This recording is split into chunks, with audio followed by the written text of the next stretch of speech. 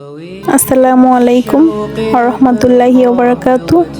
আমি শাওরিন। আজকে এক যুবক ভাইয়ের ইমানের গল্প বলবো।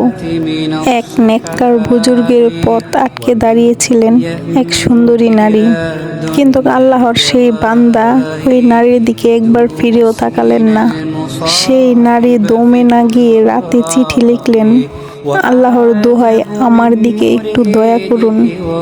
আমার অস্তিত্বের প্রতিটি অনুপরমাণু আপনার ভালোবাসায় মগ্ন। চিঠিটি পড়ে সেই নেককার বান্দার মনে কিছুটা অস্থিরতা, নফসের প্ররোচনা শুরু হলো। কিন্তু তিনি মুহূর্তে নিজেকে সামলে নিয়ে এক কালজয়ী উত্তর লিখে পাঠালেন, শুনে রাখো, বান্দা যখন প্রথমবার গুনাহ করে আল্লাহ তখন ধৈর্য ধরেন, দ্বিতীয়বার গুনাহ করলে তিনি তা ঢেকে রাখেন। কিন্তু বান্দা যখন তৃতীয়বার গুনাহে লিপ্ত হন তখন আল্লাহ এমন রেগে যান যার ভয়ে আসমান ও জমিন থরথর করে কাঁপতে থাকে। আল্লাহর সেই প্রচণ্ড রাগ সহ্য করার কার ক্ষমতা আছে?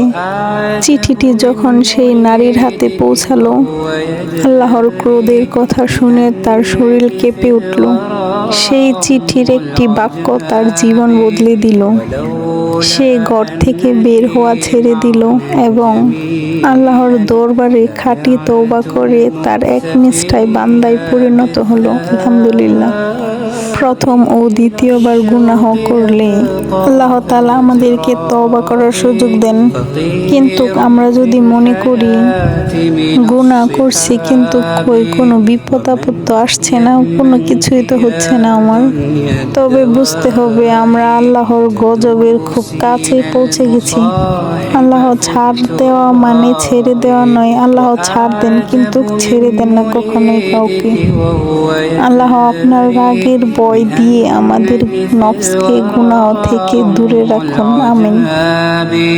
ولولا أن لي معنى جميلا لبعت